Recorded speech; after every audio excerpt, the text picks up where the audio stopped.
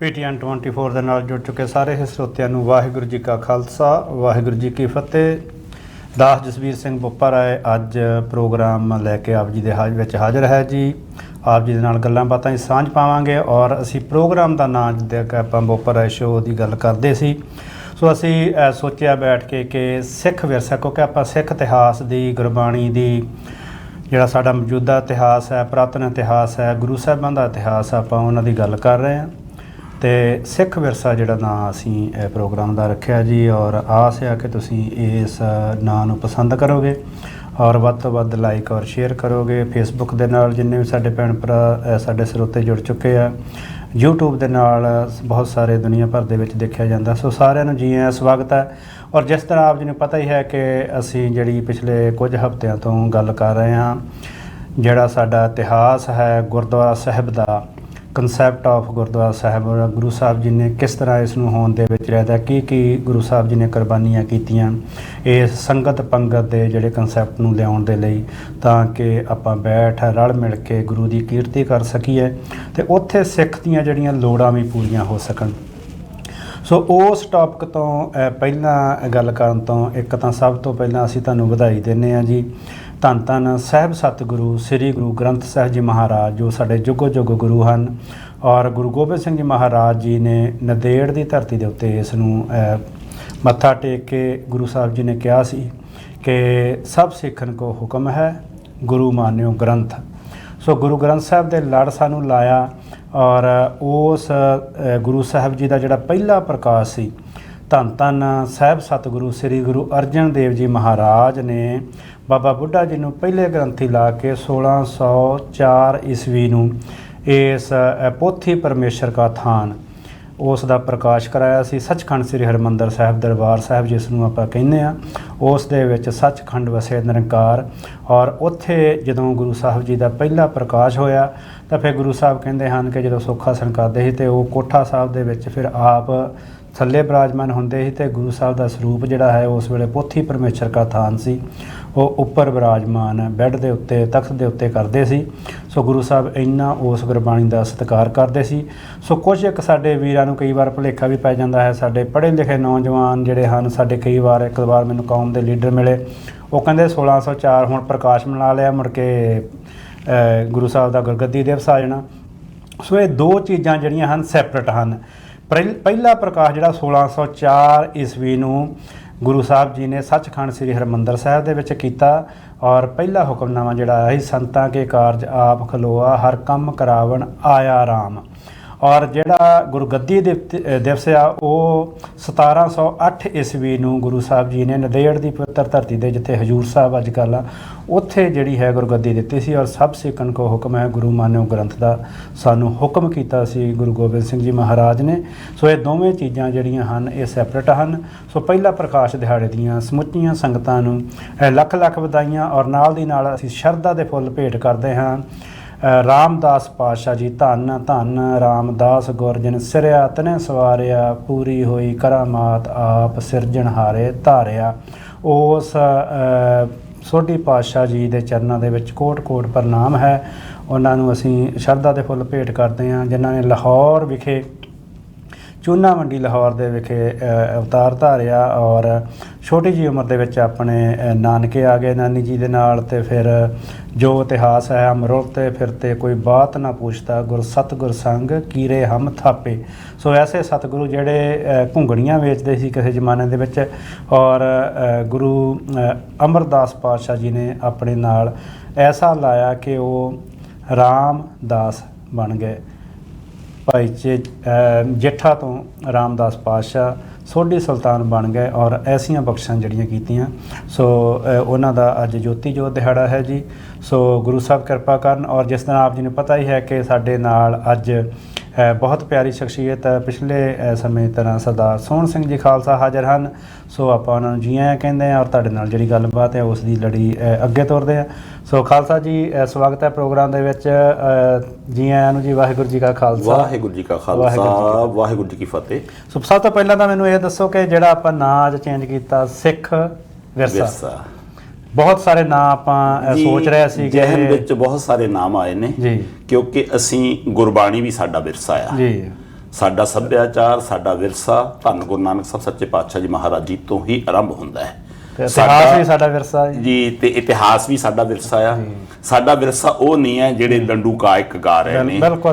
ਨੱਚਣਾ ਜੇ ਕਿਤੇ ਇਦਾਂ ਹੁੰਦਾ ਤੇ ਫਿਰ ਅੱਜ ਸਾਡੇ ਕੋਲ ਐਗਜ਼ਾਮਪਲ ਹੈ, ਹੀਰ ਦੀਆਂ ਕਲੀਆਂ ਨੂੰ ਇੰਪੋਰਟੈਂਟ ਕਹਿਣ ਵਾਲੇ ਲੋਕ ਆਪਣੀ ਬੇਟੀ ਦਾ ਨਾਂ ਹੀਰ ਨਹੀਂ ਰੱਖਦੇ, ਸੋਹਣੀ ਨਹੀਂ ਰੱਖਦੇ, ਸੱਸੀ ਨਹੀਂ ਰੱਖਦੇ। ਇਹਦਾ ਮਤਲਬ ਹੈ ਉਹ ਸਾਡਾ ਵਿਰਸਾ ਨਹੀਂ ਹੈ, ਨਹੀਂ ਤੇ ਅਸੀਂ ਨਾ ਰੱਖਦੇ। ਪੰਜਾਬੀ ਵਿਰਸਾ ਹੋ ਸਕਦਾ, ਪੰਜਾਬੀ ਵਿਰਸਾ ਵੀ ਨਹੀਂ ਹੋ ਸਕਦਾ, ਕਿਉਂਕਿ ਪੰਜਾਬ ਦੇ ਲੋਕਾਂ ਵਿੱਚ ਤੇ ਅੰਖ ਤੇ ਗੈਰਤ ਹੈ। ਉਹ ਹਿੱਸਾ ਹੋ ਸਕਦਾ ਜਿਹੜੀ ਆਮ ਲੋਕ ਤੱਤ ਸੀ, ਆਮ ਬੋਲੀਆਂ ਚੱਲਦੀਆਂ ਸੀ, ਪਰ ਵਿਰਸਾ ਸਾਡਾ ਉਹੀ ਹੈ ਜਿਹੜਾ ਧੰਨ ਗੁਰੂ ਨਾਨਕ ਸਾਹਿਬ ਸੱਚੇ ਪਾਤਸ਼ਾਹ ਜੀ ਮਹਾਰਾਜ ਜੀ ਤੋਂ ਆਰੰਭ ਆਪਾਂ ਆਉਣ ਵਾਲੇ ਸਮੇਂ ਦੇ ਵਿੱਚ ਤੇ ਗੱਲ ਕਰਾਂਗੇ ਕਿ ਇਹ ਕਾਲਪਨਿਕ ਸਟੋਰੀਆਂ ਤਾਂ ਨਹੀਂ, ਕੋਈ ਹੈ ਵੀ ਇਹਦਾ ਨਾਂ ਇਹੋ ਜਿਹਾ ਕਿ ਇਹਦੇ ਤੇ ਵਿਚਾਰ ਕੀਤਾ ਜਾ ਸਕਦਾ, ਤੇ ਉਹ ਵੀ ਆਪਾਂ ਆਉਣ ਵਾਲੇ ਵਿਚਾਰ ਵੀ ਕਰਨਾ ਉਹ ਅਸੀਂ ਸਿਰਫ ਗੁਰਮਤਿ ਦੇ ਰੋਸ਼ਨੀ, ਗੁਰਮਤਿ ਦੇ ਦਾਇਰੇ 'ਚ ਰਹਿ ਕੇ ਕਰਾਂਗੇ, ਕਿਉਂਕਿ ਅਸੀਂ ਗੁਰਮਤਿ ਦੇ ਦਾਇਰੇ ਤੋਂ ਬਾਹਰ ਨਹੀਂ ਜਾ ਸਕਦੇ। ਸਾਡੇ ਲਈ ਇੱਕ ਬਾਉਂਡਰੀ ਹੈ, ਖਾਲਸਾ ਜਿਹੜਾ ਉਹ ਅਕਾਲ ਪੁਰਖ ਦੀ ਫੌਜ ਹੈ, ਤੇ ਫੌਜ ਦੀ ਹਮੇਸ਼ਾ ਇੱਕ ਮਰਿਆਦਾ ਹੁੰਦੀ ਹੈ। ਬਿਲਕੁਲ ਜੀ, ਹਾਂਜੀ। ਸੋ ਜਿਸ ਤਰ੍ਹਾਂ ਆਪਾਂ ਗੱਲ ਕੀਤੀ ਸੀ ਕਿ ਧੰਨ ਧੰਨ ਰਾਮਦਾਸ ਗੁਰ ਜੀ, ਉਸ ਪਾਤਸ਼ਾਹ ਦਾ ਅੱਜ ਜੋਤੀ ਜੋਤ ਦਿਹਾੜਾ ਹੈ। ਉਸ ਤੋਂ ਬਾਅਦ ਆਪਾਂ ਥੋੜੀ ਜੀ ਗੱਲ ਜਿਹੜੀ ਹੈਗੀ ਆ ਸ੍ਰੀ ਗੁਰੂ ਗ੍ਰੰਥ ਸਾਹਿਬ ਮਹਾਰਾਜ ਜੀ ਦੇ ਪਹਿਲੇ ਪ੍ਰਕਾਸ਼ ਦੀ ਵੀ ਗੱਲ ਕਰਾਂਗੇ। ਪਰ ਗੁਰੂ ਰਾਮਦਾਸ ਪਾਤਸ਼ਾਹ ਜਿਹੜੇ ਗੁਰੂ ਸਾਹਿਬ ਆਪ ਹੀ ਗੁਰਬਾਣੀ ਦੇ ਵਿੱਚ ਕਹਿੰਦੇ ਹਮ ਰੁਲਤੇ ਫਿਰਤੇ ਕੋਈ ਬਾਤ ਨਾ ਪੁੱਛਦਾ, ਗੁਰ ਸਤਿਗੁਰ ਸੰਗ ਕੀਰੇ ਹਮ ਥਾਪੇ। ਭਾਈ ਜਸਵੀਰ ਸਿੰਘ ਜੀ, ਜਦੋਂ ਧੰਨ ਸਤਿਗੁਰੂ ਗੁਰੂ ਗਰੀਬ ਨਵਾਜ਼ ਗੁਰੂ ਰਾਮਦਾਸ ਪਾਤਸ਼ਾਹ ਦਾ ਜ਼ਿਕਰ ਆਉਂਦਾ ਨਾ ਜੀ, ਉਦੋਂ ਦੇਖੋ 7 ਸਾਲ ਦੀ ਉਮਰ ਤੱਕ ਮਾਤਾ ਤੇ ਪਿਤਾ ਦੋਨੋਂ, 2 ਸਾਲ ਦੀ ਉਮਰ 'ਚ ਮਾਤਾ ਜੀ ਅਨੂਪੀ ਦਾ ਅਕਾਲ ਚਲਾਣਾ ਹੋ ਗਿਆ, 7 ਸਾਲ ਦੀ ਉਮਰ 'ਚ ਬਾਬਾ ਤੇਜਭਾਨ ਜੀ ਗੁਰੂ ਸਾਹਿਬ ਦੇ ਪਿਤਾ ਜੀ ਦਾ ਅਕਾਲ ਚਲਾਣਾ ਹੋ ਜਾਂਦਾ। ਨਾਨੀ ਵੀ ਕੋਈ ਬਹੁਤੀ ਸਰਮਾਏਦਾਰ ਨਹੀਂ ਸੀ, ਜੇ ਸਰਮਾਏਦਾਰ ਹੁੰਦੀ, ਕੋਲ ਗੁੰਜਾਇਸ਼ ਹੁੰਦੀ ਤੇ ਕਿਸੇ ਮਾਮੇ ਨਾਨੇ ਦਾ ਜ਼ਿਕਰ ਵੀ ਨਹੀਂ ਆਉਂਦਾ। ਇਹਦਾ ਮਤਲਬ ਨਾਨੀ ਵੀ ਇਕੱਲੀ ਸੀ। ਤੇ ਤਾਂ ਫਿਰ ਮਤਲਬ ਉਹ ਆਪਣੇ ਫੁੱਲ ਵਰਗੇ ਦੋਤੇ ਬਾਬੇ ਜੇਠੇ ਨੂੰ ਘੁੰਗਣੀਆਂ ਦਾ ਛਾਬਾ ਸਿਰ ਤੇ ਦੇ ਕੇ ਘੁੰਗਣੀਆਂ ਵੇਚਣ ਨਾ ਭੇਜਦੀ। ਯਕੀਨ ਕਰਿਓ, ਅੱਖਾਂ 'ਚ ਹੰਝੂ ਉਦੋਂ ਆ ਜਾਂਦੇ ਨੇ ਜਦੋਂ ਇਤਿਹਾਸਿਕ ਤੱਥਾਂ ਨੂੰ ਮੈਂ ਫਰੋਲਦਾ। ਬਾਬਾ ਜੇਠਾ ਜੀ ਬੱਚਿਆਂ ਨਾਲ ਖੇਲਣ ਗਏ, ਥੋੜੀ ਦੇਰ ਬਾਅਦ ਵਾਪਸ ਆ ਗਏ। ਨਾਨੀ ਪੁੱਛਦੀ, ਪੁੱਤ ਵਾਪਸ ਆ ਗਿਆ ਜੀ, ਖੇਲ ਖਤਮ ਹੋ ਗਈ? ਕਹਿੰਦਾ ਨਾਨੀ ਨਹੀਂ, ਮੈਨੂੰ ਬੱਚਿਆਂ ਨੇ ਆਪਣੇ ਨਾਲ ਖਿਲਾਇਆ ਨਹੀਂ। ਨਾਨੀ ਪੁੱਛਦੀ ਕੀ ਹੋਇਆ? ਬੱਚੇ ਗਲਤ ਸੀਗੇ? ਬੱਚੇ ਤੈਨੂੰ ਪਿਆਰ ਨਹੀਂ ਕਰਦੇ? ਕਹਿੰਦੇ ਨਹੀਂ, ਮੈਨੂੰ ਬੱਚੇ ਤਾਂ ਬੜਾ ਪਿਆਰ ਕਰਦੇ ਆ, ਪਰ ਉਹਨਾਂ ਦੀਆਂ ਮਾਵਾਂ ਆ ਕੇ ਲੈ ਗਈਆਂ ਕਿ ਇਹ ਤੇ ਜੰਮਦਾ ਇਹ ਆਪਣੀ ਮਾਤਾ ਤੇ ਪਿਤਾ ਨੂੰ ਖਾ ਗਿਆ, ਇਹਦੇ ਨਾਲ ਨਾ ਖੇਲੋ, ਇਹਦਾ ਮੂੰਹ ਨਹੀਂ ਦੇਖਣਾ ਚਾਹੀਦਾ। ਨਾਨੀ ਦੀਆਂ ਅੱਖਾਂ ਵਿੱਚ ਅਥਰੂ ਸੀ। ਔਰ ਅੱਜ ਦੇਖੋ, ਜਦੋਂ ਗੁਰੂ ਦੀ ਕਿਰਪਾ ਹੁੰਦੀ ਹੈ, ਗੁਰੂ ਦੀ ਮਹਿਮਾ ਆ, ਤੇ ਕਿਤੇ ਵੀ ਇਹ ਸ਼ਬਦ ਨਹੀਂ ਪੜਿਆ ਜਾਂਦਾ। ਜਦੋਂ ਸਵੇਰ ਨੂੰ ਧੰਨ ਗੁਰੂ ਰਾਮਦਾਸ ਪਾਤਸ਼ਾਹ ਦੇ ਦਰਬਾਰ ਵਿੱਚ ਜਾਂਦੇ ਆ, ਅਸੀਂ ਕੋਠਾ ਸਾਹਿਬ ਦੇ ਸਾਹਮਣੇ ਜਾ ਕੇ ਇੰਤਜ਼ਾਰ ਕਰਦੇ ਆ। ਦਰਮਾਦੇ ਠਾਡੇ ਦਰਬਾਰ ਤੁਝ ਬਿਨ ਸੁਰਤ ਕਰੇ ਕੋਈ ਮੇਰੀ, ਦਰਸ਼ਨ ਦੀਜੈ ਖੋਲ ਕਵਾਰ। ਦਰਮਾਦੇ ਮਤਲਬ ਭਿਖਾਰੀ, ਆਜਜ਼, ਮੰਗਤੇ, ਸਭ ਦਰਵਾਜ਼ਿਆਂ ਤੋਂ ਥੱਕ ਕੇ, ਦਰਮਾਦਾ ਸ਼ਬਦ ਜਿਹੜਾ ਆ, ਦਰਮਾਂਦਾ ਅਸਲ ਦੇ ਵਿੱਚ ਹੈਗਾ, ਇੱਥੇ ਦਰਮਾਦਾ ਲਿਖਿਆ, ਦਰਮਾਂਦਾ ਸ਼ਬਦ ਸਾਡੇ ਕੋਲ ਮਹਾਨ ਕੋਸ਼ ਵਿੱਚ ਆਉਂਦਾ। ਜਦੋਂ ਸਾਰੇ ਪਾਸਿਆਂ ਤੋਂ ਕੋਈ ਖੈਰ ਨਾ ਪਵੇ, ਫਿਰ ਧੰਨ ਗੁਰੂ ਰਾਮਦਾਸ ਪਾਤਸ਼ਾਹ ਦੇ ਦਰਬਾਰ ਵਿੱਚ ਆ ਕੇ, ਪਾਤਸ਼ਾਹ ਤੂੰ ਹੀ ਮੇਰੇ ਤੇ ਕਿਰਪਾ ਕਰ। ਦੂਜੀ ਗੱਲ, ਇਤਿਹਾਸ ਵਿੱਚ ਆਮ ਕਰਕੇ ਜਦੋਂ ਅਸੀਂ ਬੱਚੇ ਬੱਚੀਆਂ ਦਾ ਰਿਸ਼ਤਾ ਕਰਦੇ ਹਾਂ, ਉਦੋਂ ਅਸੀਂ ਖਾਨਦਾਨ ਦੇਖਦੇ ਹਾਂ, ਬਿਲਕੁਲ, ਅਸੀਂ ਜ਼ਮੀਨ ਜਾਇਦਾਦ ਦੇਖਦੇ ਹਾਂ, ਅਸੀਂ ਬਹੁਤ ਕੁਝ ਦੇਖਦੇ ਹਾਂ। ਇੱਥੇ ਤੇ ਖਾਨਦਾਨ ਦੇ ਵਿੱਚ 7 ਦਿਨ ਨਾਨੀ ਚੂਨਾ ਮੰਡੀ ਲਾਹੌਰ ਰਹੀ ਹੈ ਆਪਣੇ ਦੋਤੇ ਦੇ ਕੋਲ, ਬਾਬਾ ਜੇਠਾ ਜੀ ਦੇ ਕੋਲ। ਕੋਈ ਵੀ ਚਾਚਾ ਤਾਇਆ, ਕੋਈ ਵੀ ਰਿਸ਼ਤੇਦਾਰ ਬਾਂਹ ਫੜਨ ਲਈ ਬਾਬੇ ਜੇਠੇ ਦੀ ਨਹੀਂ ਆਇਆ। ਭਾਵ ਖਾਨਦਾਨ ਸਮਾਪਤ ਹੋ ਗਿਆ, ਖਾਨਦਾਨ 'ਚ ਇਕੱਲੀ ਨਾਨੀ ਰਹਿ ਗਈ, ਜਿਹੜੀ ਬਾਸਰ ਕੇ ਪਿੰਡ ਆਪਣੇ ਦੋਤੇ ਨੂੰ ਨਾਲ ਲੈ ਗਈ। ਆਮ ਲੋਕ ਸੋਚਦੇ ਹੋਣਗੇ ਕਿ ਪਤਾ ਨਹੀਂ ਬਾਬੇ ਜੇਠੇ ਦਾ ਵਿਆਹ ਹੋਣਾ ਕਿ ਨਹੀਂ ਹੋਣਾ। ਧੰਨ ਗੁਰੂ ਅਮਰਦਾਸ ਪਾਤਸ਼ਾਹ ਜੀ ਨੇ ਬਾਬਾ ਜੇਠਾ ਜੀ ਦੇ ਗੁਣ ਦੇਖੇ ਨੇ।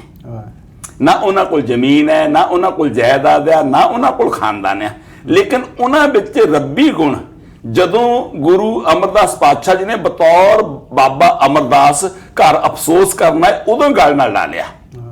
ਗੱਲ ਨਾਲ ਲਾ ਲਿਆ ਤੇ ਸੇਵਾ 'ਚ ਲੱਗ ਗਿਆ। ਘੁੰਗਣੀਆਂ ਵੀ ਵੇਚਦੇ ਰਹੇ ਨੇ। ਤੇ ਜਿਹਦੇ ਬਾਰੇ 'ਚ ਇਹ ਸੋਚਦੇ ਹੋਣਗੇ ਲੋਕ ਕਿ ਪਤਾ ਨਹੀਂ ਬਾਬੇ ਜੇਠੇ ਦਾ ਵਿਆਹ ਹੋਣਾ ਕਿ ਨਹੀਂ ਹੋਣਾ, ਅੱਜ ਕਿਸੇ ਵੀ ਸਿੱਖ ਦੀਆਂ ਲਾਵਾਂ ਧੰਨ ਗੁਰੂ ਰਾਮਦਾਸ ਪਾਤਸ਼ਾਹ ਜੀ ਦੀ ਬਾਣੀ ਪੜ੍ਹੇ ਬਗੈਰ ਹੋ ਹੀ ਨਹੀਂ ਸਕਦੀਆਂ। ਇਸ ਕਰਕੇ ਅੱਜ ਸਿੱਖਾਂ ਨੂੰ ਚਾਹੀਦਾ ਕਿ ਆਪਣੇ ਅੰਦਰ ਸਤਿਗੁਰੂ ਸਾਹਿਬ ਤੋਂ ਸੇਧ ਲੈ ਕੇ ਗੁਣ ਪੈਦਾ ਕੀਤੇ ਜਾਣ। ਸਤਿਗੁਰੂ ਸਾਹਿਬ ਦੀ ਜਿਹੜੀ ਬਾਣੀ ਹੈ, ਤੁਸੀਂ ਹੁਣੇ ਸ਼ਬਦ ਉਚਾਰਿਆ, ਹਮ ਰੁਲਤੇ ਫਿਰਤੇ ਕੋਈ ਬਾਤ ਨਾ ਪੁੱਛਤਾ, ਗੁਰ ਸਤਿਗੁਰ ਸੰਗ ਕੀਰੇ ਹਮ ਥਾਪੇ। ਸਤਿਗੁਰੂ ਸਾਹਿਬ ਦੀ ਬਖਸ਼ਿਸ਼ ਹੈ, ਜਿਨ੍ਹਾਂ ਨੇ ਨਗਰੀ ਵਿਛਾਈ, ਜਿਨ੍ਹਾਂ ਨੇ ਸਰੋਵਰ ਸਾਹਿਬ ਦੀ ਖੁਦਾਈ ਆਰੰਭ ਕਰਵਾਈ, ਜਿਨ੍ਹਾਂ ਨੇ ਸਿੱਖਾਂ ਨੂੰ ਕਾਰੋਬਾਰ ਕਰਨਾ ਸਿਖਾ ਲਿਆ, ਬਾਜ਼ਾਰ ਬਣਾਏ। ਇਹ ਆਪਾਂ ਇਹਦੇ ਤੇ ਪਹਿਲਾਂ ਵਿਚਾਰ ਕਰ ਚੁੱਕੇ ਹਾਂ ਜੀ। ਇਸ ਕਰਕੇ ਸਿੱਖ ਨੂੰ ਮੇਰਾ ਇੱਕ ਥੋੜਾ ਜਿਹਾ ਛੋਟਾ ਜਿਹਾ ਸਵਾਲ ਆ ਕਿ ਅੱਜ ਦੇ ਕੁਝ ਇੱਕ ਪ੍ਰਚਾਰਕ ਜਿਹੜੇ ਕਹਿੰਦੇ ਆ ਕਿ ਸਿੱਖੀ ਦੇ ਵਿੱਚ ਕੋਈ ਕਰਾਮਾਤ ਨਹੀਂ ਜੀ, ਕੋਈ ਨਹੀਂ, ਕਰਾਮਾਤ ਕਹਿ ਲਓ, ਬਖਸ਼ਿਸ਼ ਕਹਿ ਲਓ ਜੀ, ਪਰ ਗੁਰੂ ਰਾਮਦਾਸ ਪਾਤਸ਼ਾਹ ਕਹਿੰਦੇ ਧੰਨ ਧੰਨ ਰਾਮਦਾਸ ਗੁਰ ਜਿਨ ਸਿਰਿਆ ਤਨੇ ਸਵਾਰਿਆ, ਪੂਰੀ ਹੋਈ ਕਰਾਮਾਤ ਜੀ। ਉਹ ਕਿਹੜੀ ਕਰਾਮਾਤ ਆ ਪੂਰੀ ਹੋਈ ਜਿਹੜੀ? ਦੇਖੋ, ਕਰਾਮਾਤ ਤੇ ਸਾਹਮਣੇ ਆ। ਮੈਂ ਇੱਕ ਆਪ ਜੀ ਨੂੰ ਐਗਜ਼ਾਮਪਲ ਦਿੰਨਾ। ਹਾਂਜੀ ਇੰਦੂ ਭੂਸ਼ਣ ਬੈਨਰਜੀ ਜੀ ਐਵੋਲੂਸ਼ਨ ਆਫ ਖਾਲਸਾ ਦੇ ਅੰਦਰ ਲਿਖਦਾ, ਜੀ, ਕਹਿੰਦਾ ਵੀ ਤੁਸੀਂ ਕਰਾਮਾਤ ਦੇਖਣੀ ਆ, ਪਹਿਲਾਂ ਤਾਂ ਉਹ ਸਾਬੇ ਕਮਾਲ ਕਲਗੀਧਰ ਪਾਤਸ਼ਾਹ ਜੀ ਦੀਆਂ 17 ਸਿਫਤਾਂ ਲਿਖਣ ਤੋਂ ਬਾਅਦ ਘੋੜਸਵਾਰ, ਤੀਰਅੰਦਾਜ਼, ਉੱਚੇ ਤੇ ਸੁੱਚੇ ਆਗੂ, ਸਭ ਬੋਲੀਆਂ ਦੇ ਮਾਹਰ, ਸਟੇਟਸਮੈਨ, ਤੇ ਲਿਖਣ ਤੋਂ ਬਾਅਦ 17 ਸਿਫਤਾਂ ਲਿਖਣ ਤੋਂ ਬਾਅਦ ਲਿਖਦਾ ਕਿ ਇਹੋ ਜਿਹੀ ਕੋਈ ਸਿਫਤ ਨਹੀਂ ਹੈ ਜਿਹੜੀ ਗੁਰੂ ਗੋਬਿੰਦ ਸਿੰਘ ਸਾਹਿਬ ਸੱਚੇ ਪਾਤਸ਼ਾਹ ਜੀ ਮਹਾਰਾਜ ਜੀ ਵਿੱਚ ਨਾ ਹੋਵੇ। ਫਿਰ ਉਹ ਲਿਖਦਾ ਵੀ ਤੁਸੀਂ ਕਰਾਮਾਤ ਦੇਖਣੀ ਆ, ਸਿੱਖ ਇਤਿਹਾਸ ਨੂੰ ਪੜ੍ਹ ਲਓ। ਜਦੋਂ ਤੁਸੀਂ ਪੜ੍ਹ ਹਟੋਗੇ, ਜੇ ਤੁਹਾਨੂੰ ਫੇਰ ਕਰਾਮਾਤ ਨਾ ਮਿਲੇ ਤਾਂ ਫਿਰ ਮੈਨੂੰ ਪੁੱਛ ਲਿਓ ਕਿ ਏਸ਼ੀਆ ਦੀ ਸਭ ਤੋਂ ਤਾਕਤਵਰ ਹਕੂਮਤ, ਮੁਗਲਿਆ ਹਕੂਮਤ, ਬਿਲਕੁਲ, ਉਹਦਾ ਭਾਰਤ ਦੀ ਧਰਤੀ ਦੇ ਵਿੱਚੋਂ ਅੰਤ ਕਰਨ ਦੇ ਲਈ ਜੋ ਸਿੱਖਾਂ ਨੇ ਕੀਤਾ, ਦਰਰਾ ਖੈਬਰ ਦੇ ਉੱਤੇ ਹਰੀ ਸਿੰਘ ਨਲੂਏ ਨੇ ਕਿਲਾ ਬਣਾ ਦਿੱਤਾ। ਤੇ ਇਸ ਕਰਕੇ ਜਿਹੜੀ ਕਰਾਮਾਤ ਦਾ ਮਤਲਬ ਹੈ ਕਿ ਸਿੱਖ ਇੱਕ ਜ਼ਿੰਦਗੀ ਨੂੰ ਕਮਾ ਕੇ ਗੁਰਬਾਣੀ ਦੇ ਅਨੁਸਾਰ ਭਾਣੇ ਦੇ ਅੰਦਰ ਰਹਿੰਦਾ। ਕਰਾਮਾਤਾਂ ਕਰਨੀਆਂ ਅਕਾਲ ਪੁਰਖ ਦਾ ਅਧਿਕਾਰ ਖੇਤਰ ਹੈ, ਗੁਰੂ ਦਾ ਅਧਿਕਾਰ ਖੇਤਰ ਹੈ। ਗੁਰ ਪਰਮੇਸ਼ਰ ਇੱਕੋ ਜਾਣ। ਇਸ ਕਰਕੇ ਅਸੀਂ ਤੇ ਗੁਰੂ ਦੇ ਹੁਕਮ ਨੂੰ ਬਜਾਉਣਾ ਜਿਹੜੀ ਸਾਡੀ ਡਿਊਟੀ ਹੈ ਉਹ ਕਰਨੀ ਹੈ, ਤੇ ਬਖਸ਼ਿਸ਼ਾਂ ਕਰਨ ਵਾਲਾ ਉਸ ਬਖਸ਼ਿਸ਼ ਨੂੰ ਤੁਸੀਂ ਕਰਾਮਾਤ ਕਹਿ ਲਓ, ਬਖਸ਼ਿਸ਼ ਕਹਿ ਲਓ, ਜਾਂ ਉਸ ਸਤਿਗੁਰੂ ਸਾਹਿਬ ਦੀ ਗੁਰੂ ਗਰੀਬ ਨਵਾਜ਼ ਨੇ ਜਿਹੜੀ ਸਾਨੂੰ ਬਖਸ਼ਿਸ਼ ਕੀਤੀ ਹੈ, ਵਡਿਆਈ ਕਹਿ ਲਓ, ਉਹ ਸਾਰਾ ਕੁਝ ਅਸੀਂ ਉਹਨੂੰ ਕਹਿ ਸਕਦੇ ਹਾਂ। ਇਸ ਕਰਕੇ ਸਿੱਖ ਇਤਿਹਾਸ ਆਪਣੇ ਆਪ 'ਚ ਇੱਕ ਕਰਾਮਾਤ ਹੈ ਕਿ ਬਾਬਰ ਨੂੰ ਬਾਬਰ ਦੇ ਮੂੰਹ ਤੇ ਜਾਬਰ ਕਹਿਣਾ, ਸਿਕੰਦਰ ਲੋਧੀ ਨੂੰ ਸਬਕ ਸਿਖਾਲ ਦੇਣਾ, ਭਾਰਤ ਦੇ ਲੋਕਾਂ ਦੀ ਮਰੀ ਹੋਈ ਜ਼ਮੀਰ ਨੂੰ ਜਗਾ ਦੇਣਾ।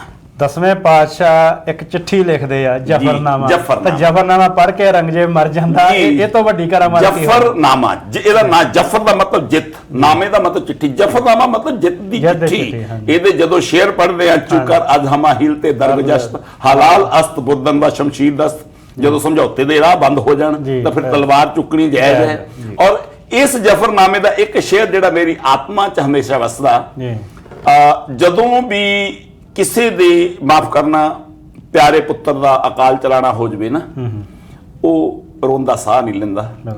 ਲੇਕਿਨ ਇੱਥੇ ਇੱਕ ਸ਼ੇਰ ਹੈ, ਚਾਹ ਸ਼ੁੱਧ ਕੀ ਹੋਇਆ ਜੇ ਬਚਗਾ ਕੁਸ਼ਤਾਚਾਰ, ਕੀ ਹੋਇਆ ਔਰੰਗਜ਼ੇਬ ਜੇ ਮੇਰੇ ਚਾਰ ਤੂੰ ਧੋਖੇ ਨਾਲ ਮਾਰ ਦਿੱਤੇ, ਬਾਕੀ ਬੇਮਾਦਸਤ ਪਚੀਦਾ ਮਾਰ, ਮੇਰਾ ਕੁੰਡਲੀਦਾਰ ਨਾ ਖਾਲਸਾ ਹਜੇ ਬਾਕੀ ਹੈ। ਤੇ ਇਹਨੂੰ ਸਫਰੀ ਬਹੁਤ ਵਧੀਆ ਲਿਖਦਾ, ਹੋਇਆ ਕੀ ਜੇ ਧਰਮ ਦੀ ਆਨ ਬਦਲੇ ਚਾਰੇ ਲਾਲ, ਅਸੀਂ ਆਪਣੇ ਬਾਹਰ ਬੈਠੇ ਭਾਗਾਂ ਵਾਲੀਏ ਮਾਰ ਕੇ ਨਿਗਾਹ ਤੱਕ ਲੈ, ਤੇਰੀ ਗੋਦੀ ਵਿੱਚ ਕਈ ਹਜ਼ਾਰ ਬੈਠੇ। ਇਹ ਹੁਣ ਜਿਹੜੀ ਤੁਸੀਂ ਦੱਸੀ ਆ ਕਿ ਜਫਰਨਾਮੇ ਦੇ ਵਿੱਚ ਸਾਹਿਬਜ਼ਾਦਿਆਂ ਦਾ ਜ਼ਿਕਰ ਆ, ਜੀ ਜੀ, ਤੇ ਜੇ ਅਸੀਂ 10ਵੇਂ ਪਾਤਸ਼ਾਹ ਦੀ ਬਾਣੀ ਨੂੰ ਖੰਡਨ ਕਰਤਾ ਤਾਂ ਸਾਨੂੰ ਕਿੱਥੋਂ ਪਤਾ ਲੱਗਾ ਵੀ ਸਾਹਿਬਜ਼ਾਦੇ ਸ਼ਹੀਦ ਹੋਏ ਆ, ਗੁਰੂ ਸਾਹਿਬ ਵੀ ਹੋਏ ਆ। ਹਾਂ, ਕੁਛ ਇੱਕ ਜਿਹੜੀਆਂ ਕਿਸੇ ਨੂੰ ਇਤਰਾਜ਼ ਆ, ਮੈਂ ਤਾਂ ਇਹ ਬੇਨਤੀ ਕਰਦਾ ਹੁੰਨਾ, ਅਗਰ ਤੁਹਾਨੂੰ ਨਹੀਂ ਠੀਕ ਲੱਗਦਾ ਨਾ ਪੜੋ, ਪਰ ਉਹਦੇ ਬਾਰੇ ਮਾੜੀ ਜਿਹੜੀ ਸ਼ਬਦਾਵਲੀ ਬੋਲਣੀ ਆ, ਮਾੜਾ ਲਫ਼ਜ਼ ਬੋਲਣਾ, ਉਹ ਨਹੀਂ ਕਰਨਾ ਚਾਹੀਦਾ। ਤੁਸੀਂ ਨਹੀਂ ਹੱਕ ਦੇ ਵਿੱਚ ਨਾ ਪੜੋ, ਨਾ ਬੋਲੋ, ਨਹੀਂ ਚੁੱਪ ਕਰਕੇ ਬੈਠੇ ਰਹੋ, ਕੋਈ ਕਿਸੇ ਨੂੰ ਕੋਈ ਕੰਪਲ ਨਹੀਂ। ਦੇਖੋ, ਇਹਦੇ ਤੇ ਭਾਈ ਜਸਵੀਰ ਸਿੰਘ ਜੀ ਕੌਮ ਵੰਡੀ ਹੋਈ ਹੈ, ਜਦ ਕਿ ਇਹ ਅਸਲ 'ਚ ਵਿਦਵਾਨਾਂ ਦੇ ਵਿਚਾਰ ਦਾ ਵਿਸ਼ਾ ਆ, ਬੈਠ ਕੇ ਬੰਦ ਕਮਰੇ ਵਿੱਚ ਵਿਚਾਰ ਕਰਨ ਵਾਲੀ ਗੱਲ ਕਰਕੇ, ਤੇ ਅਸੀਂ ਇਹਨੂੰ ਜਿਹੜਾ ਖੋਜ ਤੇ ਆਧਾਰਿਤ, ਹੁਣ ਜਫਰਨਾਮੇ ਨੂੰ ਰੱਦ ਨਹੀਂ ਕੀਤਾ ਜਾ ਸਕਦਾ। ਜਫਰਨਾਮੇ ਤੋਂ ਪਹਿਲਾਂ ਇੱਕ ਹੋਰ ਚਿੱਠੀ ਫਤਿਹਨਾਮਾ, ਜਿਹੜੀ ਮਾਛੀਵਾੜੇ ਦੀ ਪਵਿੱਤਰ ਧਰਤੀ ਤੋਂ ਮੇਰੇ ਸਤਿਗੁਰੂ ਨੇ ਔਰੰਗਜ਼ੇਬ ਨੂੰ ਲਿਖੀ ਸੀ, ਉਹਦੇ ਵੀ ਕੁਝ ਵਿਦਵਾਨ ਗੱਲ ਕਰਦੇ ਨੇ। ਤਾਂ ਇਸ ਕਰਕੇ ਇਹ ਇੱਕ ਵਿਚਾਰ ਦਾ ਵਿਸ਼ਾ ਹੈਗਾ ਜਿਹਦੇ ਤੇ ਸਾਨੂੰ ਵਿਚਾਰ ਕਰਕੇ ਖੋਜ ਕਰਨੀ ਚਾਹੀਦੀ ਹੈ ਜੀ। ਸੋ ਦੂਸਰਾ ਜਿਹੜਾ ਸੀਗਾ ਕਿ ਆਪਾਂ ਗੁਰੂ ਗ੍ਰੰਥ ਸਾਹਿਬ ਮਹਾਰਾਜ ਪਹਿਲਾ ਪ੍ਰਕਾਸ਼ ਦਿਹਾੜਾ, ਸੋ ਛੋਟਾ ਜਿਹਾ ਸਾਨੂੰ ਬਰੀਫ ਦੇ ਵਿੱਚ ਦੱਸੋ ਕਿ ਗੁਰੂ ਸਾਹਿਬ ਜੀ ਨੇ ਪੰਚਮ ਪਾਤਸ਼ਾਹ ਜੀ ਨੇ ਉਸ ਪੋਥੀ ਪਰਮੇਸ਼ਵਰ ਕਥਾਨ ਨੂੰ ਕਿੰਨੇ ਗੱਜ ਵੱਜ ਕੇ ਜਿਹੜਾ ਲੈ ਕੇ ਆ ਰਹੇ ਆ ਬਾਬਾ ਬੁੱਢਾ ਜੀ ਪਹਿਲੇ ਗ੍ਰੰਥੀ ਆ, ਔਰ ਉਹਨਾਂ ਦੇ ਸਿਰ ਦੇ ਉੱਤੇ ਗੁਰੂ ਸਾਹਿਬ ਦਾ ਪ੍ਰਕਾਸ਼ ਆ, ਆਪ ਚੌਰ ਸਾਹਿਬ ਚੜਾ ਲੈ ਔਰ ਦਰਬਾਰ ਸਾਹਿਬ ਦੇ ਵਿੱਚ ਪ੍ਰਕਾਸ਼ ਕਰਕੇ ਤੇ ਉਸ ਤੋਂ ਬਾਅਦ ਫਿਰ ਗੁਰਬਾਣੀ ਦੇ ਹੀ ਲੜ ਸਾਰਿਆਂ ਨੂੰ ਨਾਲ। ਇਹਦੇ ਤੇ ਦੋ ਗੱਲਾਂ ਜਿਹੜੀਆਂ ਕਰਨ ਵਾਲੀਆਂ ਬਹੁਤ ਜ਼ਰੂਰੀ ਨੇ ਜੀ। ਜਿੰਨੇ ਵੀ ਸੰਸਾਰ ਦੇ ਧਾਰਮਿਕ ਗ੍ਰੰਥ ਹੋਏ ਨੇ ਜੀ, ਉਹ ਉਹਨਾਂ ਦੇ ਰਹਿਬਰਾਂ ਦੇ ਜਾਣ ਤੋਂ ਬਾਅਦ ਸੰਪਾਦਿਤ ਕੀਤੇ ਗਏ ਨੇ ਉਹਨਾਂ ਦੇ ਪੈਰੋਕਾਰਾਂ ਵੱਲੋਂ। ਚਾਹੇ ਉਹ ਤੌਰੇਤ ਹੈ, ਚਾਹੇ ਉਹ ਗੀਤਾ ਕ੍ਰਿਸ਼ਨ ਜੀ ਨੇ ਉਚਾਰੀ ਹੈ ਆਪਣੇ ਕੁਰੂਕਸ਼ੇਤਰ ਦੇ ਮੈਦਾਨ 'ਚ ਉਚਾਰੀ ਹੈ, ਲੇਕਿਨ ਉਹਦੀ ਸੰਪਾਦਨਾ ਬਾਅਦ ਚ ਹੋਈ ਆ। ਉਹਦੇ ਇੱਕ ਤੋਂ ਜ਼ਿਆਦਾ ਵਰਸ਼ਨ ਅੱਜ ਵੀ ਮਿਲਦੇ ਨੇ। ਕੁਰਾਨ ਦੇ ਦੇਖੋ, ਕੁਰਾਨ ਖਜੂਰ ਦੇ ਉੱਤੇ ਲਿਖਦੇ ਰਹੇ ਹੋ। ਕੁਰਾਨ ਮੁਹੰਮਦ ਸਾਹਿਬ ਦੇ ਅਕਾਲ ਚਲਾਣੇ ਤੋਂ 17 ਸਾਲ ਬਾਅਦ ਸੰਪਾਦਿਤ ਕੀਤੀ ਗਈ। ਉਹਨਾਂ ਦੇ ਦੋ ਪੈਰੋਕਾਰ ਸੀ, ਅਲੀ ਬਿਨ ਅਬੀ ਤਾਲਬ ਤੇ ਅਬੂ ਬਕਰ ਨੇ। ਤੇ ਜਿਹੜੀ ਬਾਈਬਲ ਹੈ ਉਹ ਜੌਨ ਤੇ ਲਿਊਕ ਈਸਾ ਮਸੀਹ ਸਾਹਿਬ ਦੇ ਜਿਹੜੇ ਨੇ ਦੋ ਪੈਰੋਕਾਰ ਨੇ ਉਹਨਾਂ ਨੇ ਪੂਰੀ ਕੀਤੀ ਆ। ਬੁੱਧ ਦੇ ਗ੍ਰੰਥ, ਬੁੱਧ ਧੰਮ, ਬੁੱਧ ਦੇ ਜਾਣ ਤੋਂ 100 ਸਾਲ ਬਾਅਦ ਲਿਖੇ ਗਏ ਨੇ। ਇੱਥੇ ਅਸਲ ਦੇ ਵਿੱਚ ਇਹਦੇ ਪਿੱਛੇ ਦੋ ਕਾਰਨ ਨੇ ਜੀ। ਇੱਕ ਤੇ ਗੁਰੂ ਨਾਨਕ ਸਾਹਿਬ ਸੱਚੇ ਪਾਤਸ਼ਾਹ ਜੀ ਮਹਾਰਾਜ ਜੀ ਨੇ ਜਿਹੜੀ 35 ਮਹਾਂਪੁਰਖਾਂ ਦੀ ਬਾਣੀ ਇਕੱਤਰ ਕੀਤੀ ਹੈ, ਉਹਨਾਂ ਵਿੱਚੋਂ ਕੁਝ ਮਹਾਂਪੁਰਖ ਬਾਬਾ ਫਰੀਦ ਜੀ, ਬਾਬਾ ਨਾਮਦੇਵ ਜੀ ਤੇ ਕੁਝ ਹੋਰ ਮਹਾਂਪੁਰਖ ਜਿਹੜੇ ਨੇ ਉਹ ਸਰੀਰਕ ਰੂਪ 'ਚ ਇਸ ਸੰਸਾਰ ਵਿੱਚ ਨਹੀਂ ਸਨ। ਉਹਨਾਂ ਦੀ ਬਾਣੀ ਇਕੱਤਰ ਕੀਤੀ, ਉਹ ਅਗਲੀ ਜੋਤ ਕੋਲ ਜਾਂਦੀ ਰਹੀ। ਇਹ ਬਾਣੀ ਜਦੋਂ ਧੰਨ ਗੁਰੂ ਅਰਜਨ ਸਾਹਿਬ ਸੱਚੇ ਪਾਤਸ਼ਾਹ ਜੀ ਮਹਾਰਾਜ ਜੀ ਕੋਲ ਪਹੁੰਚ ਗਈ, ਹੁਣ ਇਹਦੀ ਸੰਪਾਦਨਾ ਦੇ ਪਿੱਛੇ ਜੇ ਅੱਜ ਕੁਰਾਨ ਨਹੀਂ ਤੇ ਇਸਲਾਮ ਨਹੀਂ, ਜੇ ਬਾਈਬਲ ਨਹੀਂ ਤੇ ਈਸਾਈਅਤ ਨਹੀਂ, ਤੇ ਜੇ ਅੱਜ ਤੌਰੇਤ ਨਹੀਂ ਤੇ ਜੁਡਾਇਜ਼ਮ ਨਹੀਂ, ਯਹੂਦੀ ਧਰਮ ਨਹੀਂ, ਪਰ ਇਹ ਗ੍ਰੰਥ ਬਾਅਦ ਸੰਪਾਦਨਾ ਹੋਈ ਹੈ। ਧੰਨ ਗੁਰੂ ਅਰਜਨ ਸਾਹਿਬ ਨੇ ਆਪਣੇ ਪੰਜ ਭੂਤਕ ਸਰੀਰ ਵਿੱਚ ਰਹਿੰਦਿਆਂ ਹੋਇਆਂ ਪੋਥੀ ਪਰਮੇਸ਼ਰ ਕਾ ਥਾਨ ਇਹਦੀ, ਕਿਉਂਕਿ ਗੁਰੂ ਸਾਹਿਬ ਸਰੀਰ ਰੂਪ ਮੌਜੂਦ ਸਨ ਉਦੋਂ, ਤੇ ਇਹ ਸੰਪਾਦਨਾ ਕਰ ਦਿੱਤੀ ਸੀ। ਤੇ ਇਹਦੇ ਪਿੱਛੇ ਦੂਜਾ ਜਿਹੜਾ ਕਾਰਨ ਆ, ਇੱਕ ਤੇ ਇਹਦੇ ਚ ਹੁਣ ਮਿਲਾਵਟ ਨਹੀਂ ਹੋ ਸਕਦੀ। ਜਿਵੇਂ ਬਾਈਬਲ ਚ ਸੋਧਾਂ ਹੋਈਆਂ ਨੇ, ਕੁਰਾਨ ਦੇ ਇੱਕ ਤੋਂ ਵੱਧ ਵਰਸ਼ਨ ਪਹਿਲਾਂ ਮਿਲਦੇ ਸੀ, ਹੁਣ ਨਹੀਂ ਮਿਲਦੇ। ਗੀਤਾ ਦੇ ਇੱਕ ਤੋਂ ਵੱਧ ਵਰਸ਼ਨ ਮਿਲਦੇ ਨੇ, ਤੇ ਪਰ ਇੱਥੇ ਤੇ ਅੱਖਰਾਂ ਦਾ ਜੋੜ, ਸ਼ਬਦਾਂ ਦਾ ਜੋੜ ਟੋਟਲ ਗੁਰੂ ਸਾਹਿਬ ਨੇ ਅਖੀਰ ਦੇ ਵਿੱਚ ਕੀਤਾ ਹੋਇਆ। ਕੰਨਾ, ਬਿੰਦੀ, ਟਿੱਪੀ ਦਾ ਵੀ ਜਿਹੜਾ ਉਹ ਫਰਕ ਨਹੀਂ ਕੀਤਾ ਜਾ ਸਕਦਾ। ਦੂਜਾ, ਉਸ ਵੇਲੇ ਮਿਹਰਬਾਨ ਜਿਹੜਾ ਗੁਰੂ ਸਾਹਿਬ ਦਾ ਭਤੀਜਾ ਆ, ਪ੍ਰਿਥੀ ਚੰਦ ਜੀ ਦਾ ਬੇਟਾ ਆ, ਵਿਦਵਾਨ ਬਹੁਤ ਵੱਡਾ ਸੀ, ਗੁਰੂ ਸਾਹਿਬ ਉਹਨੂੰ ਪੁੱਤਰ ਦੀ ਤਰ੍ਹਾਂ ਪਿਆਰ ਕਰਦੇ ਸੀ, ਪਰ ਉਹ ਇੱਕ ਗੱਲ ਭੁੱਲ ਗਿਆ ਸੀ, ਗੁਰਤਾ ਦੇ ਅੰਦਰ ਚਤੁਰਾਈ ਨਹੀਂ ਚੱਲਦੀ। ਜਿਸ ਕੀ ਵਸਤ ਤਿਸ ਆਗੇ ਰੱਖੇ, ਇਹ ਤੇ ਉਹਨੂੰ ਮਿਲਣੀ ਆ ਜਿਹੜਾ ਇਹਦੇ ਕਾਬਿਲ ਹੋਏਗਾ।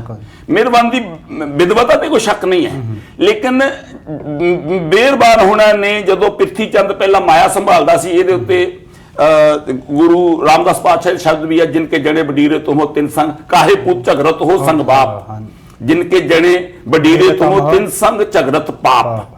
ਤੇ ਇਹ 26 ਪਾਤਸ਼ਾਹ ਜੀ ਨੇ ਗੁਰਬਾਣੀ ਦੇ ਅੰਦਰ ਦਰਜ ਹੈ। ਮਿਹਰਬਾਨ ਨੇ ਕੱਚੀ ਬਾਣੀ ਉਚਾਰਨੀ ਆਰੰਭ ਕਰ ਦਿੱਤੀ ਸੀ। ਮਹਿਮਾ ਪ੍ਰਕਾਸ਼ ਲਿਖਿਆ ਹੋਇਆ, ਮਿਹਰਬਾਨ ਪ੍ਰਿਥੀਏ ਕਾ ਪੁੱਤ ਕਵੀਸ਼ਰੀ ਕਰੇ, ਫਾਰਸੀ ਹਿੰਦਵੀ ਨਾਲੇ ਸੰਸਕ੍ਰਿਤੀ ਪੜ੍ਹੇ, ਬਾਣੀ ਤਿੰਨ ਵੀ ਬਹੁਤ ਬੜਾਈ, ਭੋਗ ਸ਼੍ਰੀ ਨਾਨਕ ਕਾਹੀ ਪਾਈ। ਗੁਰੂ ਨਾਨਕ ਸਾਹਿਬ ਦੇ ਨਾਂ ਥੱਲੇ ਬਹੁਤ ਸਾਰੀ ਬਾਣੀ ਜਿਹੜੀ ਆ ਉਹ ਕੱਚੀ ਬਾਣੀ, ਮਾਫ ਕਰਨਾ, ਕੱਚੀ ਬਾਣੀ ਮਿਹਰਬਾਨ ਉਚਾਰ ਰਿਹਾ ਸੀ। ਸਤਿਗੁਰੂ ਸਾਹਿਬ ਨੇ ਇੱਕ ਦਿਨ ਗੁਰੂ ਸਾਹਿਬ ਦੀ ਹਜ਼ੂਰੀ 'ਚ ਸ਼ਬਦ ਪੜ੍ਹਿਆ ਗਿਆ, ਤੇ ਸਤਿਗੁਰੂ ਸਾਹਿਬ ਨੇ ਦੇਖ ਲਿਆ ਵੀ ਆਉਣ ਵਾਲੇ ਸਮੇਂ 'ਚ ਸਿੱਖਾਂ ਨੂੰ ਭੁਲੇਖਾ ਨਾ ਪਵੇ, ਤਾਂ ਉਹਨਾਂ ਨੇ ਸੰਪਾਦਨਾ ਕਰ ਦਿੱਤੀ। ਫਿਰ ਭਾਈ ਗੁਰਦਾਸ ਜੀ ਨੂੰ ਬੁਲਾਇਆ ਗਿਆ। ਭਾਈ ਗੁਰਦਾਸ ਜੀ, ਗੁਰ ਕੀ ਬਾਣੀ ਜੁਦਾ ਕਰੀਏ, ਮੀਣੇ ਪਾਉਂਦੇ ਨੇ ਰਲਾ, ਤਾਂ ਵਿੱਚ ਰਲਾ ਨਾ ਧਰੀਏ। ਇਹਦੇ ਵਿੱਚ ਰਲਾ ਨਾ ਪੈ ਜਾਵੇ ਤੁਰਕੀ ਬਾਣੀ ਦੇ ਅੰਦਰ। ਇੱਥੇ ਇੱਕ ਗੱਲ ਜਿਹੜੀ ਇਤਿਹਾਸਕ ਤੌਰ ਤੇ ਸੰਗਤਾਂ ਦੇ ਚਰਨਾਂ 'ਚ ਦਾਸ ਬੇਨਤੀ ਕਰਨੀ ਚਾਹੁੰਦਾ, ਉਹ ਇਹ ਹੈ ਕਿ ਗੁਰੂ ਅਰਜਨ ਸਾਹਿਬ ਦੀ ਸ਼ਹੀਦੀ ਦਾ ਇੱਕ ਕਾਰਨ ਧੰਨ ਗੁਰੂ ਗ੍ਰੰਥ ਸਾਹਿਬ ਉਦੋਂ ਪੋਥੀ ਸਾਹਿਬ ਸਨ, ਇਹਦੀ ਸੰਪਾਦਨਾ ਵੀ ਹੈ। ਕਿਉਂਕਿ ਗੁਰੂ ਸਾਹਿਬ ਨੂੰ ਇਹ ਕਿਹਾ ਗਿਆ ਸੀ ਕਿ ਇਹਦੇ ਅੰਦਰ ਕੁਝ ਸ਼ਬਦ ਮੁਹੰਮਦ ਸਾਹਿਬ ਦੀ ਉਸਤਤ ਵਿੱਚ ਪਾ ਲਓ, 2 ਲੱਖ ਜੁਰਮਾਨਾ ਦੇ ਦਿਓ ਜਾਂ ਇਸਲਾਮ ਕਬੂਲ ਕਰ ਲਓ।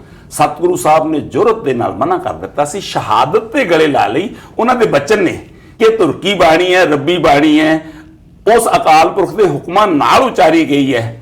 ਇਹਦੇ ਅੰਦਰ ਇੱਕ ਸ਼ਬਦ ਤਬਦੀਲ ਕਰਨਾ। ਭਗਤ ਕਬੀਰ ਜੀ ਦਾ ਸ਼ਬਦ ਗੁਰੂ ਸਾਹਿਬ ਜੀ ਨੇ ਐਕਸੈਪਟ ਕੀਤਾ ਕਿ ਨਾ ਹਮ ਹਿੰਦੂ ਨਾ ਮੁਸਲਮਾਨ, ਅੱਲਾ ਰਾਮ ਕੇ ਪਿੰਡ ਪ੍ਰਾਣ। ਬਿਲਕੁਲ। ਸੋ ਇੱਥੇ ਵੀ ਆਪਾਂ ਆਉਣ ਵਾਲੇ ਦਿਨਾਂ ਦਾ ਵਿਚਾਰ ਕਰਾਂਗੇ ਕਿ ਅੱਜ ਸਿੱਖਾਂ ਨੂੰ ਕਹੀ ਜਾ ਰਿਹਾ ਕਿ ਅਸੀਂ ਲਵ ਕੁਸ਼ ਦੀ ਔਲਾਦ ਆ, ਤੇ ਗੁਰੂ ਸਾਹਿਬ ਤਾਂ ਕਹਿ ਰਹੇ ਕਿ ਅਸੀਂ ਇਹਦੇ ਵੀ ਨਹੀਂ ਹੈਗੇ ਜੀ। ਇਹ ਇੱਕ ਆਉਣ ਵਾਲੇ ਦਿਨਾਂ 'ਚ ਆਪਾਂ ਕਰਾਂਗੇ ਇੱਕ ਇਹ ਪੂਰਾ ਸਬਜੈਕਟ ਹੈ, ਇਹਨੂੰ ਅਸੀਂ ਗੱਲ ਕਰਨੀ ਚਾਹੁੰਦੇ ਹਾਂ ਕਿਉਂਕਿ ਇਹ ਬਹੁਤ ਜ਼ਰੂਰੀ ਹੈ। ਸੋ ਅੱਜ ਜਿਹੜਾ ਪਹਿਲਾ ਪ੍ਰਕਾਸ਼ ਪੁਰਬ ਗੁਰੂ ਗ੍ਰੰਥ ਸਾਹਿਬ ਦਾ ਦਰਬਾਰ ਸਾਹਿਬ ਦੇ ਅੰਦਰ ਹੋਇਆ ਸੀ ਜੀ, ਤੇ ਜਿਹੜੀ ਵੱਡੀ ਗੱਲ ਆ, ਜਿਨ੍ਹਾਂ ਨੂੰ ਪੁਜਾਰੀ ਸ਼ੂਦਰ ਕਹਿੰਦਾ ਸੀ ਉਹ ਗੁਰੂ ਸਾਹਿਬਾਨ ਦੇ ਨਾਲ ਬੈਠੇ ਨੇ। ਗੁਰੂ ਸਾਹਿਬਾਨ ਦੇ ਨਾਲ ਬੈਠੇ ਜਦੋਂ ਅਸੀਂ ਗੁਰੂ ਨਾਨਕ ਸਾਹਿਬ ਨੂੰ ਮੱਥਾ ਟੇਕਦੇ ਆ, ਉਦੋਂ ਅਸੀਂ ਕਬੀਰ ਸਾਹਿਬ ਨੂੰ ਵੀ ਮੱਥਾ ਟੇਕਦੇ ਆ, ਸਤਿਗੁਰੂ ਰਵਿਦਾਸ ਜੀ ਨੂੰ ਵੀ ਮੱਥਾ ਟੇਕਦੇ ਆ, ਨਾਮਦੇਵ ਜੀ ਨੂੰ ਵੀ ਮੱਥਾ ਟੇਕਦੇ ਆ।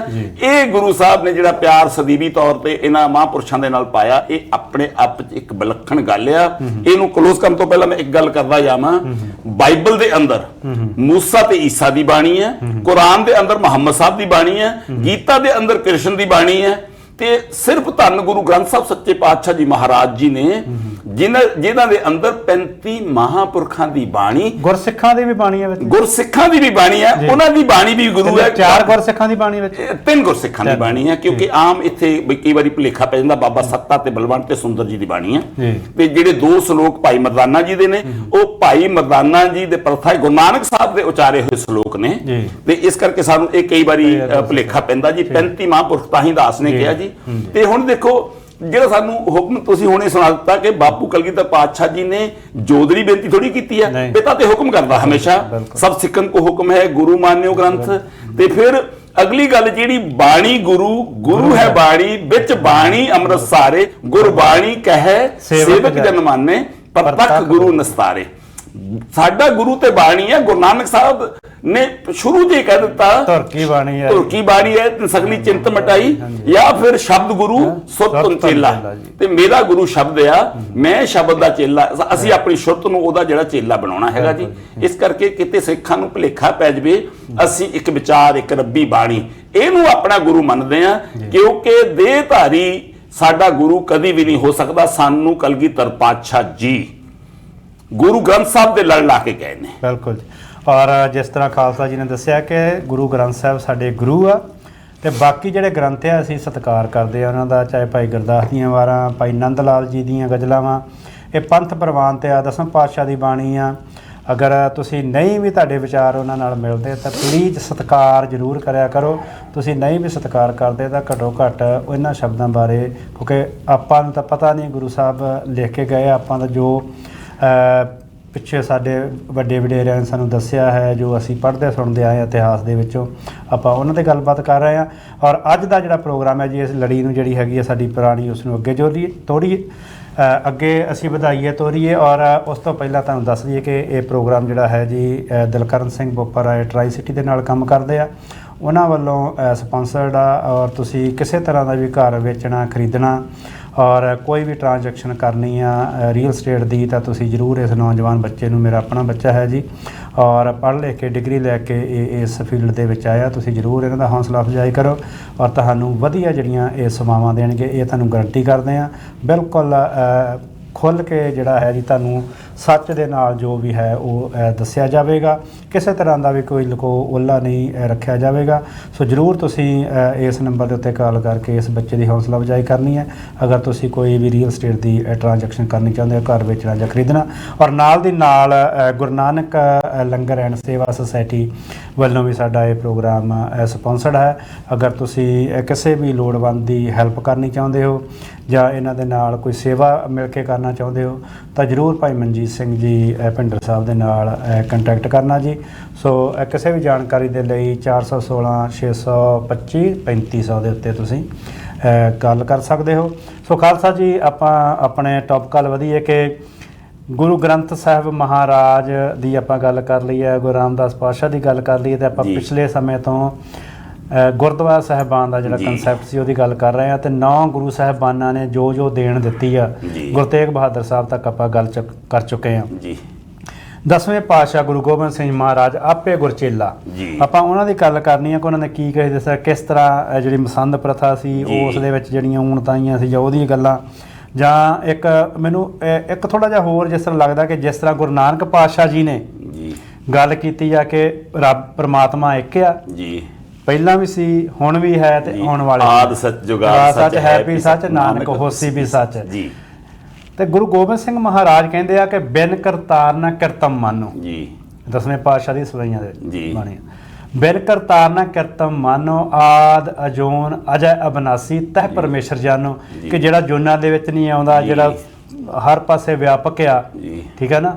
ਉਸ ਤੋਂ ਬਗੈਰ ਗੁਰੂ ਸਾਹਿਬ ਵੀ ਉਸੇ 10ਵੇਂ ਪਾਤਸ਼ਾਹ ਜਿਹੜੀ ਬਾਣੀ ਆ ਉਹ ਵੀ ਉਸੇ ਪ੍ਰਮਾਤਮਾ ਦੀ ਗੱਲ ਕਰਦੀ ਜਿਹਨੂੰ ਗੁਰੂ ਨਾਨਕ ਪਾਤਸ਼ਾਹ ਨੇ ਕੀਤਾ ਵਾ।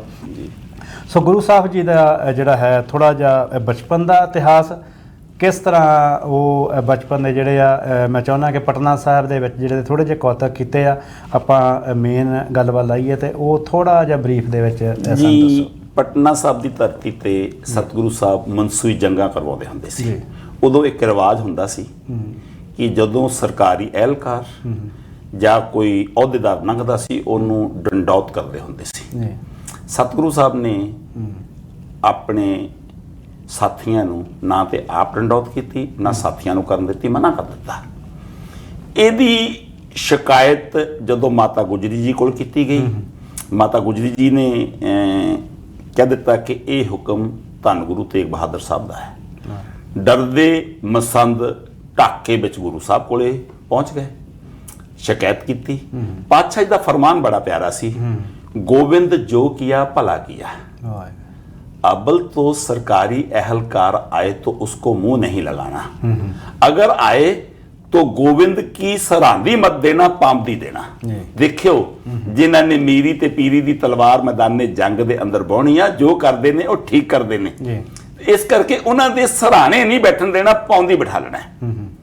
ਪਹਿਲੀ ਘਟਨਾ ਤੇ ਸਤਿਗੁਰੂ ਸਾਹਿਬ ਨੇ ਜਿਸ ਗਊ ਘਾਟ ਦੇ ਉੱਤੇ ਸਮਰਾਟ ਅਸ਼ੋਕ ਨੇ ਆਪਣੇ ਹਥਿਆਰ ਸਿੱਟੇ ਸੀ, ਇਸ ਗਊ ਘਾਟ ਤੇ ਬੱਚਿਆਂ ਦੇ ਨਾਲ ਸਤਿਗੁਰੂ ਸਾਹਿਬ ਬਾਲ ਉਮਰ 'ਚ ਖੇਡਦੇ ਸੀ। ਮੈਂ ਉਸ ਤੋਂ ਪਹਿਲਾਂ ਜਿਹੜੀ ਇੱਕ ਗੱਲ ਕਰਨਾ ਚਾਹੁੰਦਾ ਕਿ ਇੱਕ ਮੁਸਲਮਾਨ ਫਕੀਰ ਹੋਇਆ ਜਦੋਂ ਗੁਰੂ ਸਾਹਿਬ ਅਵਤਾਰ ਧਾਰਦੇ ਆ, ਜੀ ਜੀ, ਤੇ ਉਹ ਚੜ੍ਹਦੇ ਵੱਲ ਨੂੰ ਸਜਦਾ ਕਰਦਾ, ਉਹ ਕਿਹੜੇ ਸੀਗੇ? ਦੇਖੋ ਇਹ ਪੀਰ ਜਿਹੜੇ ਹੋਏ ਨੇ ਠਸਕੇ ਵਾਲੇ ਜਿਹੜੇ ਪੀਰ ਨੇ, ਠਸਕੇ ਤੋਂ ਹੋਏ ਨੇ ਜਿਹੜੇ, ਇਹਨਾਂ ਨੇ ਸਿਜਦਾ ਕੀਤਾ ਸੀ। ਉਸ ਵੇਲੇ ਦੇ ਯੂਨੀਵਰਸਿਟੀ ਦੇ ਮੈਨੂੰ ਨਾਮ ਵਿਸਰਿਆ, ਹੁਣੇ ਯਾਦ ਆ ਜਾਏਗਾ। ਠਸਕੇ ਦੇ ਪੀਰ ਜਿਹੜੇ ਨੇ ਉਹਨਾਂ ਨੇ ਚੜ੍ਹਦੇ ਵੱਲ ਨੂੰ ਸਿਜਦਾ ਕੀਤਾ ਸੀ ਕਿ ਅੱਜ ਸਾਬੇ ਕਮਾਲ ਗੁਰੂ ਗੋਬਿੰਦ ਸਿੰਘ ਸਾਹਿਬ, ਉਹਦੇ ਮੁਸਲਮਾਨ ਚੇਲਿਆਂ ਨੇ ਪੁੱਛਿਆ ਸੀ ਕਿ ਬਈ ਅੱਜ ਜਿਹੜੇ ਹੈਗੇ ਨੇ ਤੁਸੀਂ ਇਸਲਾਮ ਦਾ ਰਿਵਾਜ ਹੈ ਕਿ ਪੱਛਮ ਵੱਲ ਨੂੰ ਸਿਜਦਾ ਕਰਨਾ, ਤੇ ਉਹਨਾਂ ਨੇ ਆਪਣੇ ਚੇਲਿਆਂ ਨੂੰ ਕਿਹਾ ਸੀ ਅੱਜ ਖੁਦਾ ਦਾ ਨੂਰ ਹੈ ਜਿਹੜਾ ਉਹ ਆਇਆ ਹੀ ਚੜ੍ਹਦੇ ਪਾਸੇ ਆ, ਤੇ ਜਿੱਧਰ ਖੁਦਾ ਦਾ ਨੂਰ ਹੈ ਮੈਂ ਤੇ ਉਧਰ ਨੂੰ ਸਿਜਦਾ ਕੀਤਾ ਜੀ, ਹਨਾ। ਤੇ ਇਸ ਕਰਕੇ ਇਹ ਘਟਨਾ ਦਾ ਜ਼ਿਕਰ ਇਤਿਹਾਸ ਵਿੱਚ ਬਾਖੂਬੀ ਹੈ। ਤੇ ਠਸਕੇ ਵਾਲੇ ਪੀਰ ਨੇ ਗੁਰੂ ਸਾਹਿਬ ਦੇ ਲਖਨੌਰ ਦਰਸ਼ਨ ਵੀ ਕੀਤੇ ਸੀ। ਅੱਜ ਦੇ ਯੂਨੀਵਰਸਿਟੀ ਜਿੱਦਾਂ ਇਸਲਾਮਿਕ ਯੂਨੀਵਰਸਿਟੀ ਵੱਡੇ ਜਿੱਦਾਂ ਵੀਸੀ ਹੁੰਦੇ ਨੇ, ਇਦਾਂ ਇਹ ਬਹੁਤ ਵੱਡਾ ਮੁਸਲਮਾਨ ਫਿਲਾਸਫਰ ਸੀ ਜੀ। ਜੀ ਸੋ ਤੁਸੀਂ ਜਿਹੜੀ ਇੱਥੇ ਦੱਸ ਰਹੇ ਸੀਗੇ ਪਟਨਾ ਸਾਹਿਬ ਦੀ ਘਟਨਾ ਜੀ, ਪਟਨਾ ਸਾਹਿਬ ਜਿੱਥੇ ਸਮਰਾਟ ਅਸ਼ੋਕ ਨੇ ਆਪਣੇ ਹਥਿਆਰ ਸਿੱਟੇ ਸੀ, ਇੱਥੇ ਇੱਕ ਕੰਗਣ ਗੁਰੂ ਗੋਬਿੰਦ ਸਿੰਘ ਸਾਹਿਬ ਦਾ ਗੰਗਾ 'ਚ ਡਿੱਗ ਪਿਆ ਸੀ। ਮਾਤਾ ਜੀ ਨੇ ਪੁੱਛਿਆ ਬੇਟਾ ਕੰਗਣ ਕਿੱਥੇ ਆ? ਨਾਲ ਲੈ ਗਏ, ਦੂਜਾ ਕੰਗਣ ਵੀ ਖੋਲ ਕੇ ਭਗਾ ਕੇ ਗੰਗਾ 'ਚ ਸਿੱਟਤਾ, ਮਾਤਾ ਇੱਥੇ ਆ। ਤੇ ਇੱਥੋਂ ਸਾਬੇ ਕਮਾਲ ਕਲਗੀਧਰ ਪਾਤਸ਼ਾਹ ਗੁਰੂ ਗੋਬਿੰਦ ਸਿੰਘ ਸਾਹਿਬ ਨੇ ਹਥਿਆਰ ਚੁੱਕੇ ਸੀ ਭਾਰਤ ਦੀ ਤਾਰ ਹੋਈ ਇੱਜ਼ਤ ਦੀ ਰਾਖੀ ਕਰਨ ਦੇ ਲਈ, ਤੇ ਇਸ ਮਨੁੱਖਤਾ ਨੂੰ ਇੱਕ ਸੁਨੇਹਾ ਦੇਣ ਦੇ ਲਈ ਕਿ ਜ਼ੁਲਮ ਦੇ ਖਿਲਾਫ ਡਟ ਕੇ ਲੜਨਾ ਚਾਹੀਦਾ। ਜੰਮਣ ਤੇ ਮਰਨ ਜਿਹੜਾ ਉਹ ਅਕਾਲ ਪੁਰਖ ਸਾਹਿਬ ਦੇ ਹੱਥ ਦੇ ਅੰਦਰ ਹੈ। 5 ਸਾਲ ਤਕਰੀਬਨ ਰਹੇ ਆ ਗੁਰੂ ਸਾਹਿਬ। 5 ਸਾਲ ਜੀ, 1671 ਦੇ ਵਿੱਚ ਗੁਰੂ ਸਾਹਿਬ ਜਿਹੜਾ ਉੱਥੋਂ ਚੱਲ ਕੇ ਪਟਨਾ ਸਾਹਿਬ ਦੀ ਤੋਂ ਅਨੰਦਪੁਰ ਸਾਹਿਬ ਦੀ ਔਰ ਦੁਬਾਰਾ ਦੇਖੋ 5 ਸਾਲ ਲਗਾਤਾਰ ਰਿਹਾ ਤਾਂ ਦੁਬਾਰਾ ਮੁੜ ਕੇ ਉਸ ਧਰਤੀ ਦੇ ਪੈਰ ਉਸ ਧਰਤੀ ਨਹੀਂ ਜਾ ਪਾਏ ਜੀ। ਦੂਜਾ ਜਿਹੜੀਆਂ ਘਟਨਾਵਾਂ ਨੇ ਗੁਰੂ ਸਾਹਿਬ ਦੇ ਜੀਵਨ ਦੀਆਂ ਜੀ, ਤੇ ਸਾਡੇ ਕੋਲ ਸੀਸਗੰਜ ਸਾਹਿਬ ਗੁਰਦੁਆਰਾ 2 ਨੇ ਜੀ, ਇੱਕ ਦਿੱਲੀ ਦੇ ਅੰਦਰ, ਇੱਕ ਅਨੰਦਪੁਰ ਸਾਹਿਬ ਜਿੱਥੇ ਧੰਨ ਗੁਰੂ ਤੇਗ ਬਹਾਦਰ ਸਾਹਿਬ ਦੇ ਸੀਸ ਦਾ ਸੰਸਕਾਰ ਕੀਤਾ ਸੀ। ਆਪਾਂ ਗੱਲ ਕਰਾਂਗੇ ਦੂਜੇ ਵੀ ਜਿਹੜਾ ਗੁਰੂ ਕਾ ਲਾਹੌਰ ਆ, ਇੱਕ ਤਾਂ ਲਾਹੌਰ ਜਿਹੜਾ ਸ਼ਹਿਰ ਆ, ਜੀ ਜੀ ਜੀ ਜੀ, ਲਾਹੌਰ ਸ਼ਹਿਰ ਜ਼ਹਿਰ ਕਹਿਰ ਸਵਾ ਪੈਰ, ਲਾਹੌਰ ਸ਼ਹਿਰ ਅੰਮ੍ਰਿਤਸਰ ਸਿਫਤੀ ਦਾ ਘਰ, ਤੇ ਇੱਕ ਗੁਰੂ ਕਾ ਲਾਹੌਰ ਆ ਜਿਹੜਾ ਅਨੰਦਪੁਰ ਸਾਹਿਬ ਦੇ ਬਿਲਕੁਲ ਨਾਲ ਆ। ਸੋ ਉਸ ਦੀ ਆਪਾਂ ਗੱਲ ਕਰਾਂਗੇ, ਪਰ ਇੱਕ ਛੋਟੀ ਜਿਹੀ ਬ੍ਰੇਕ ਲੈ ਕੇ ਔਰ ਆਪ ਜੀ ਨੂੰ ਦੱਸ ਦਈਏ ਕਿ ਸਾਡੀ ਜਿਹੜੀ ਗੱਲਬਾਤ ਹੈ ਜੀ ਸਰਦਾਰ ਸੋਹਣ ਸਿੰਘ ਜੀ ਖਾਲਸਾ ਦੇ ਨਾਲ ਚੱਲ ਰਹੀ ਆ। ਔਰ ਇਹ ਅੱਜ ਦਾ ਜਿਹੜਾ ਪ੍ਰੋਗਰਾਮ ਹੈ ਜੀ ਦਲਕਰਨ ਸਿੰਘ ਬੋਪਰ ਆਏ ਤੇ ਨਾਲ ਦੀ ਨਾਲ ਭਾਈ ਮਨਜੀਤ ਸਿੰਘ ਜੀ ਭਿੰਡਰ ਗੁਰੂ ਨਾਨਕ ਜਿਹੜਾ ਲੰਗਰ ਐਂਡ ਸੇਵਾ ਸੁਸਾਇਟੀ ਵੱਲੋਂ ਸਪਾਂਸਰਡ ਆ। ਔਰ ਆਓ ਇੱਕ ਛੋਟੀ ਜਿਹੀ ਬ੍ਰੇਕ ਤੇ ਉਸ ਤੋਂ ਬਾਅਦ ਇਸ ਲੜੀ ਨੂੰ ਅਸੀਂ ਅੱਗੇ ਤੋਰਦੇ ਹਾਂ ਜੀ। ਕੈਨੇਡਾ ਵਿੱਚ ਬੱਲੇ